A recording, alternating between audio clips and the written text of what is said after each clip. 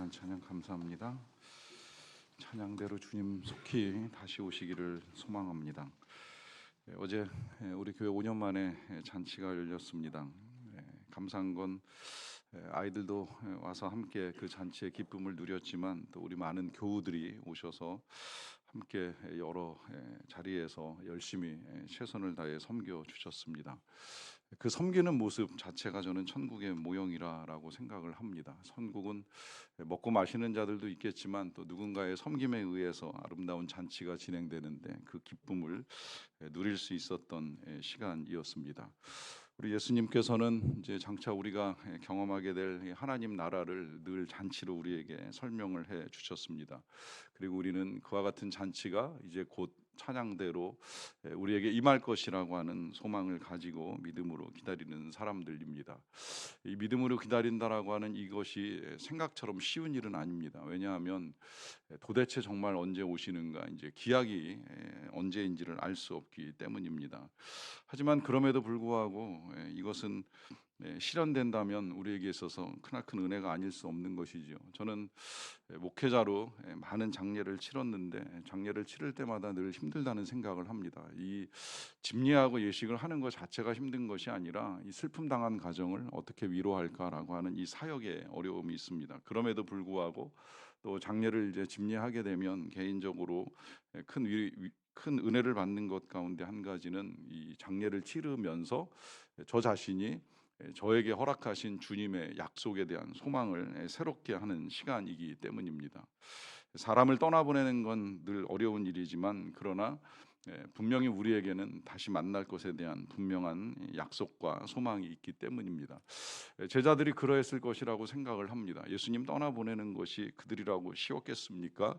믿고 의지하던 분, 부활해서 이제 우리와 함께 하시는구나까지 생각을 했었지만 그러나 그분이 다시 떠나실 기약이 되었다는 것을 알게 되었을 때 그들도 힘들었겠지요. 그런데 그럼에도 불구하고 그들이 이 예수님을 기다릴 수 있었던 이유는 지난주에 말씀드린 대로 약속이 있었기 때문이고요.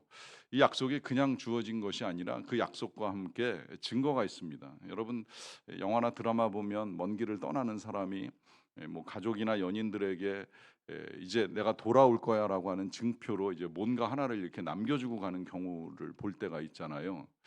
우리 예수님도 그런 증거를 주셨어요. 뭔지 아시죠? 그 증거가 성령이에요. 이제 우리가 곧 보시게 되겠습니다만은 이 성령이 우리 예수님 재림에 대한 증거입니다. 그렇기 때문에 사실 이 성령의 임재가 없으면 이제 재림을 확신하고 살아가는 것도 쉽진 않다는 거예요. 반대로 이 제자들 그리고 우리들이 재림에 대한 소망을 가지고 나아갈 수 있는 이유는 증거가 이제 우리에게 임한 것입니다. 그 증거가 성령이고 그 성령의 증거를 경험했기 때문에 제자들은 그때 이후로 이제 모든 두려움 떨쳐내고 담대하게 성령과 함께 재림을 소망하면서 살아가는 교회를 이룬 것입니다.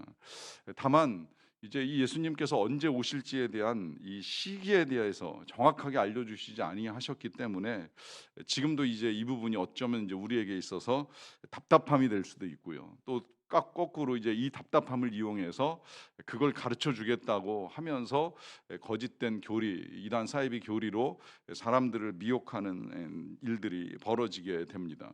이 부분에 대한 궁금함은 뭐 우리들뿐만이 아니라 예수님을 만났던 제자들도 똑같이 궁금해서 마지막까지도 질문을 드렸던 거예요. 도대체 언제 이스라엘을 회복하실 겁니까? 물론 관심은 좀 달랐지만 그들이나 우리나 이때 여러분 꼭 이스라엘의 회복이나 재림이 아니어도 우리가 고난 싸움 가운데 있으면 도대체 이게 언제 지나가고 언제 끝나고 언제 회복되는가 하는 거에 대한 관심은 다 똑같잖아요. 그런데 이런 모든 질문에 대해서 예수님이 그 지난주 사도행전 1장 7절 본문에서 이렇게 말씀하셨어요. 이르시되 때와 시기는 아버지께서 자기의 권한에 두셨으니 너희의 알 바가 아니라라고 하면서 이 때와 시기는 전적으로 하나님의 권한 아래 있다라고 하는 사실을 예수님이 말씀을 해 주셨습니다. 이 부분은 오늘 본문에서도 나오는데요.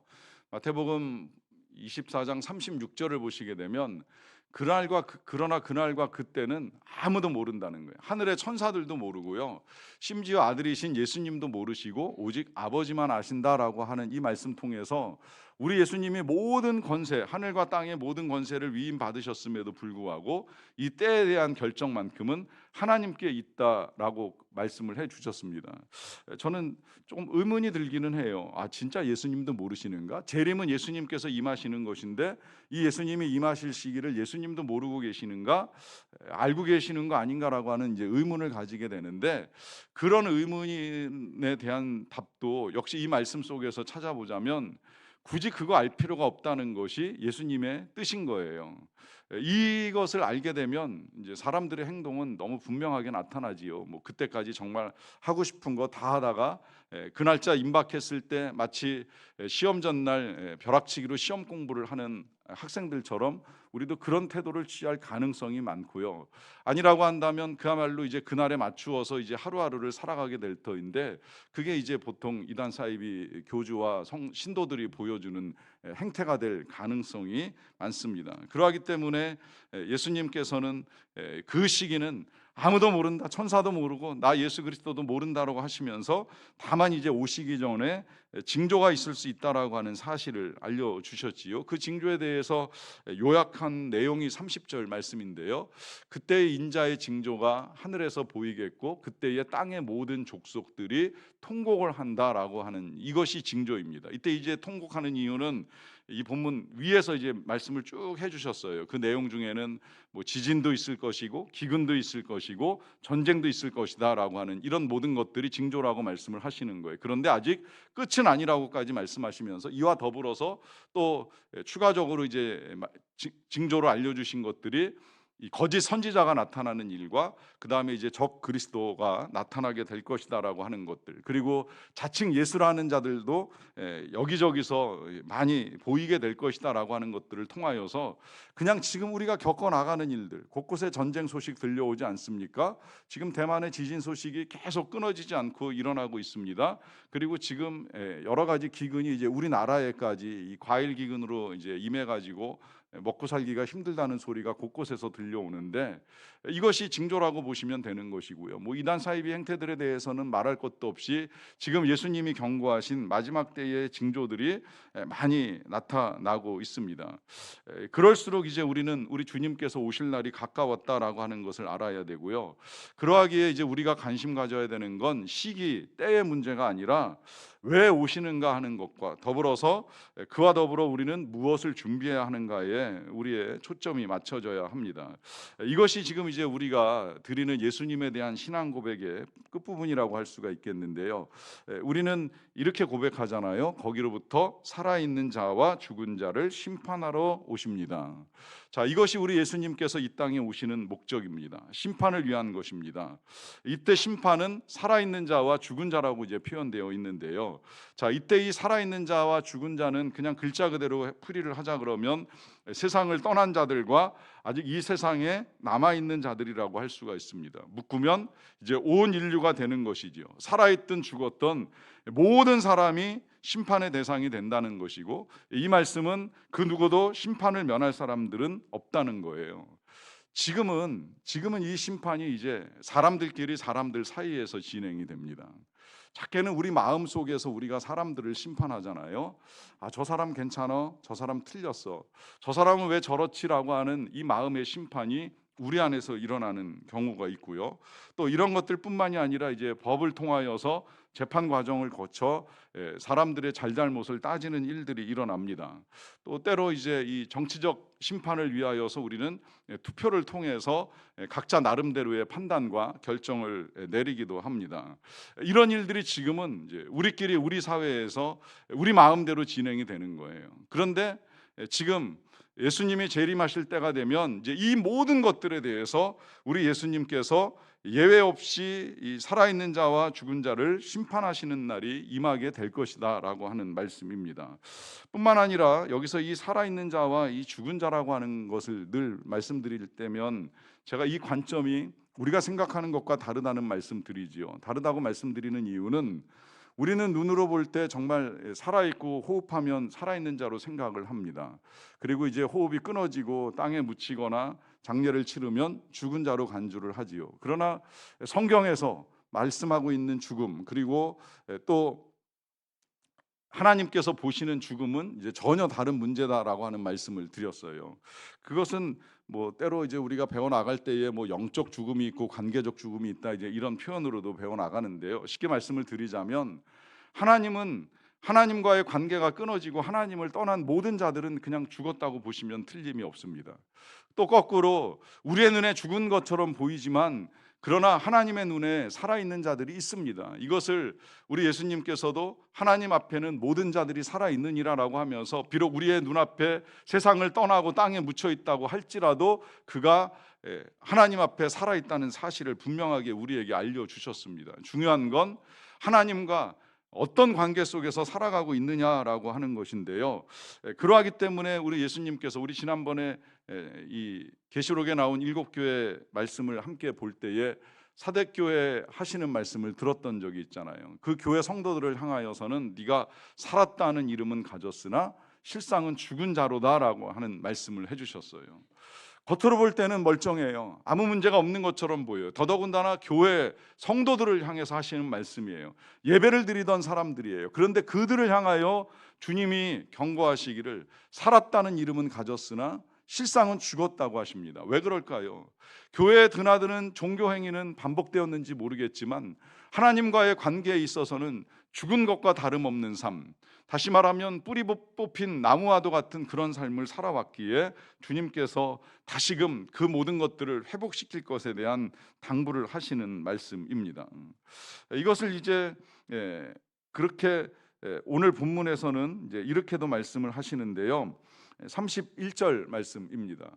그가 큰 나팔 소리와 함께 천사들을 보내리니 그들이 그의 택하신 자들을 하늘 이 끝에서 저 끝까지 사방에서 모으리라라고 하면서 이제 마지막 때에 예수님께서 사람들을 불러 모으신다는 거예요. 하나님이 구원하실 자들을 불러 모으신다라고 하는 것인데 이 불러 모으실 때에 놀랍게도 이제 그 뒤에 이제 이런 비유와 함께 설명을 해 주십니다.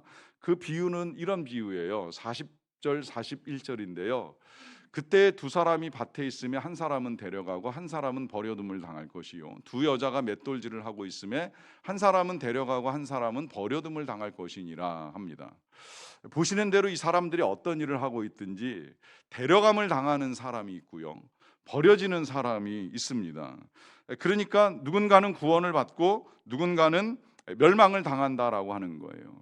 이런 의미에서 볼 때에 살아있는 자와 죽은 자는 구원을 받느냐 그렇지 아니하느냐라고 하는 것으로 나뉘어지는 것이고요, 이 모든 것에 대한 심판의 권세가 예수님께 있다는 거예요. 그래서 살아있는 자와 죽은 자를 심판하러 오신다라고 하는 것입니다.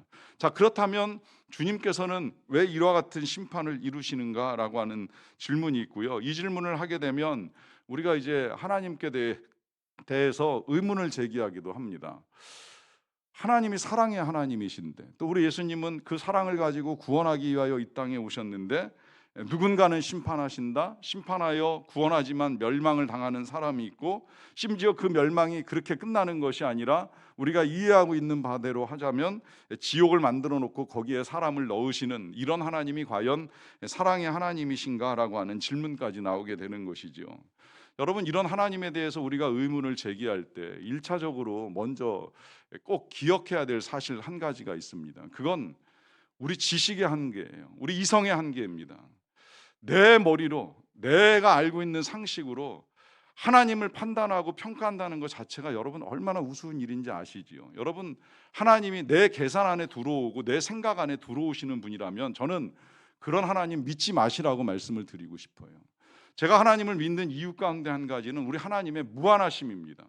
제 생각을 넘어서고 우리의 상식을 넘어서고 우주보다도 광활한 생각과 능력을 가지고 만물을 다스리시는 이런 정도의 하나님이 아니시라면 굳이 우리가 그분을 믿고 섬길 이유가 어디 있겠어요? 그런 하나님을 내 이 얄팍한 지식과 이성의 한계로 재단하면서 이게 정말 사랑의 하나님 맞아? 라고 하는 의문을 제기하는 것 자체가 전 불경하다고 생각할 때도 많았어요.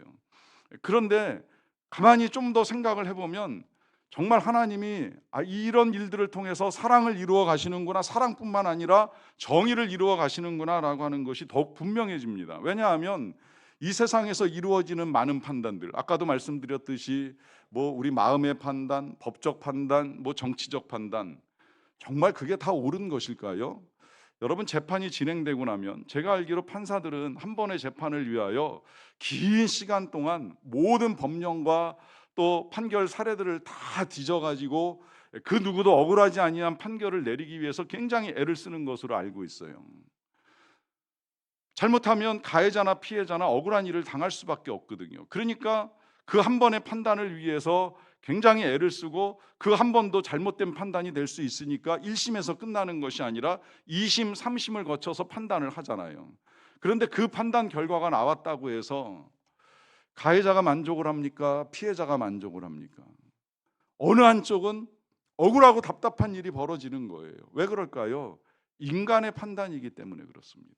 사람의 생각이 그렇다는 말씀을 드린 거예요. 재판이 잘못되었다고 말씀을 드리는 것이 아니라 인간의 한계가 정말 누가 정확하게 옳은지 그른지를 밝혀내기가 쉽지 않다는 것입니다. 그래서 우리가 늘 추구하는 공정이나 정의가 이 사회에서 실현되기가 굉장히 어려워요. 그런데 저는 그 판단이나 판결이 어떻게 내려지든지 간에 그 모든 것들에 대해서 다시 한번 우리 예수님의 심판이 있을 것이라고 하는 걸 이와 같이 사도신경을 통해서 믿음으로 고백합니다. 정말 모든 것을 정확하게 하시고 잘 알고 계신 하나님, 심지어 겉으로 드러나는 행동들 뿐만이 아니라 우리 마음과 숨겨진 우리의 믿음까지 가장 모든 걸 명확하게 알고 계시는 분이 주님 아니십니까? 그러니 그 주님께서 그 심판을 하실 때에 그 심판이야말로 가장 정의로운 심판이 되는 것이지요. 이 정의가 실현되는 것이 바로 심판의 사건인 거예요.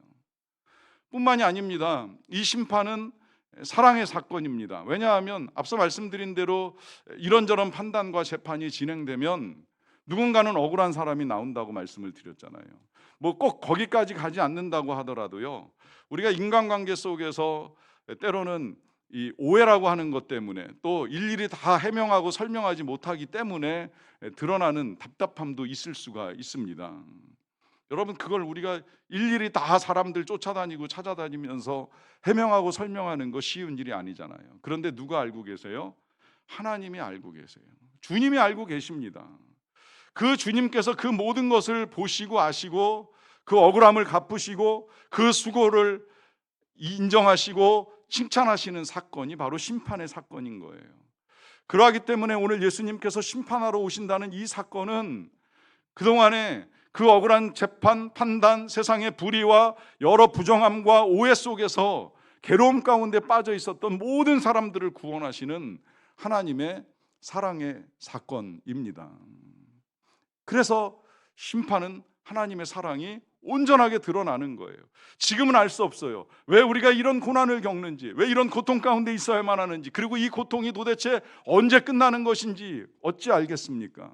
그야말로 때와 기한은 아버지의 손에 있으니 우리는 그저 하나님의 기쁘신 뜻을 기다릴 뿐입니다. 다만 주님이 오실 때가 된다라고 한다면, 심판하실 때가 된다고 한다면 우리의 그 모든 고난은 끝이 나게 되고 주님께서 우리에게 열어주시는 새로운 날들의 기쁨이 이룰 것이 너무나도 분명해집니다. 그러하기 때문에 이 지옥의 문제를 이해하심에 있어서도 여러분, 지옥이 불구덩이에 들어가는 것만 지옥이겠습니까? 물론 그것도 또한 큰 고통일지 모르겠지만 이 땅에 사는 날 동안에도 사는 게 지옥 같다고 생각하시는 분들이 계시잖아요. 여러분, 주님이 원하시는 건 지옥에 빠뜨리는 것도 아니고 지옥에 들어가는 것도 아니고 지옥 같은 삶을 살라는 것도 아닙니다. 우리의 이 지옥 같은 현실 속에서 정말 우리를 사랑하시는 하나님의 그 깊고 뜨거운 사랑을 알고 그 사랑 안에서 이 땅에서부터 천국의 기쁨과 은혜를 누리라는 거예요. 그게 날마다 성령과 함께, 성령의 충만함과 함께 이루어지면 더할 나위 없이 좋겠지만 그걸 또 우리가 늘 할 수 없다는 것도 아시고 때로는 어제와 같은 잔치를 통해서라도 함께 섬기는 기쁨의 자리를 통해서라도 그 구원의 은총을 맛볼 수 있게 해주신 것이죠. 그래서 성경이 늘 당부하잖아요. 너희는 하나님의 선하심을 맛보아 알지어다.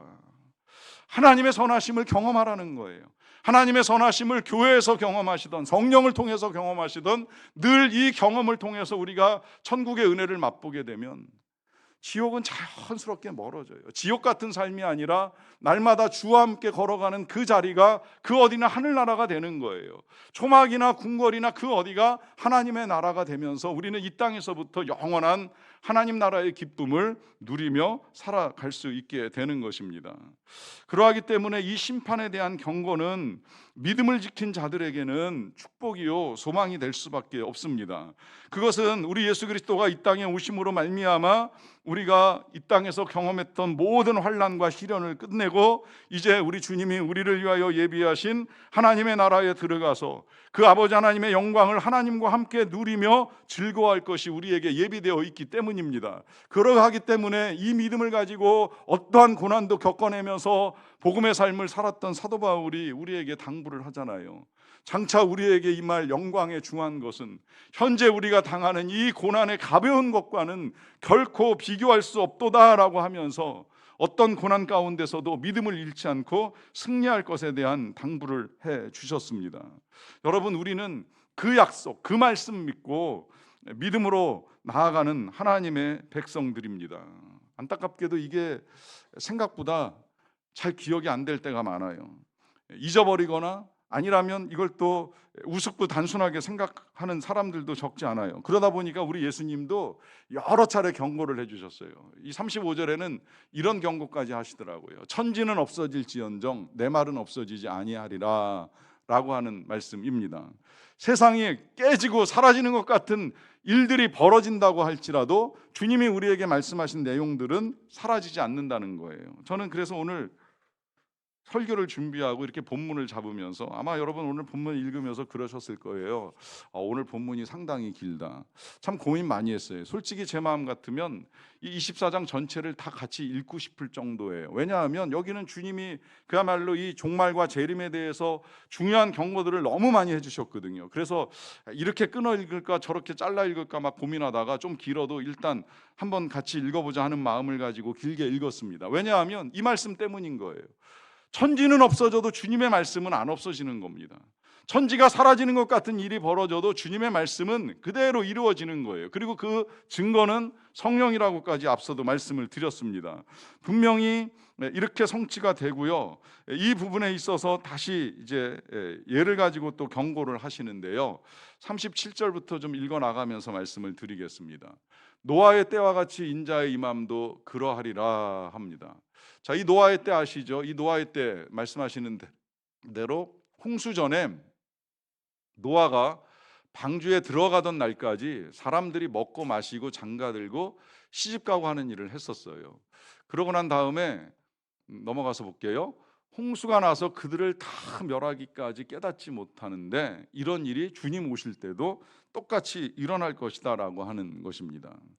여러분, 노아의 때의 이 홍수가요 하루아침에 일어난 일이 아니라는 거 알고 계시잖아요. 노아가 방주를 만드는데 적어도 수십 년, 그냥 성경에 표현된 대로 보자면 한 120년 정도 걸렸을 거라고 봅니다. 근데 이때 이 방주를 만드는 게 그냥 배를 만드는 작업만은 아닌 거예요. 당시에 사람들에 대한 경고입니다. 장차 큰 홍수가 임할 것에 대한 경고를 하는 거예요. 심지어 방주가 만들어지고 나서도 하나님은 일주일을 더 기다리시면서 다시 한번 방주에 탈 사람들을 초청하고 계셨던 거예요. 그런데 문제는 사람들이 먹고 마시고 시집가고 장가가고 하는 이런 일들을 하면서 이 경고를 무시합니다. 여기서 먹고 마시고 시집가고 장가가는 것이 문제이겠습니까? 여러분, 우린 사람인지라 먹고 마셔야 되고요. 시집도 가고 장가도 가야 돼요. 요즘 같으면 너무 안 가는 게 문제이지 다 해야 돼요. 다만 그런 모든 것들을 우리가 해나가면서 잊지 말아야 될 것, 우리의 늘 신앙 고백처럼 주님이 다시 오신다는 사실입니다. 이 사실만큼은 절대 잊어서는 아니 됩니다. 방주를 통해서 홍수를 경고하셨던 하나님의 음성을 당시의 사람들이 들어야 했던 것처럼 우리는 다시 오신다는 이 주님의 약속을 잊어서는 아니 됩니다. 그러하기 때문에 이제 우리도 준비를 해야 됩니다. 우리가 뭐 일일이 우리의 손으로 방주를 만드는 일은 할 수는 없겠지만 적어도 노아가 방주 안에 들어갔던 것처럼 우리는 주님 안에, 구원의 은총 안에 믿음을 가지고 들어가야 하고, 또 주님께서 우리에게 다시 오신다라고 하는 사실을 믿음으로 받아들여야만 합니다.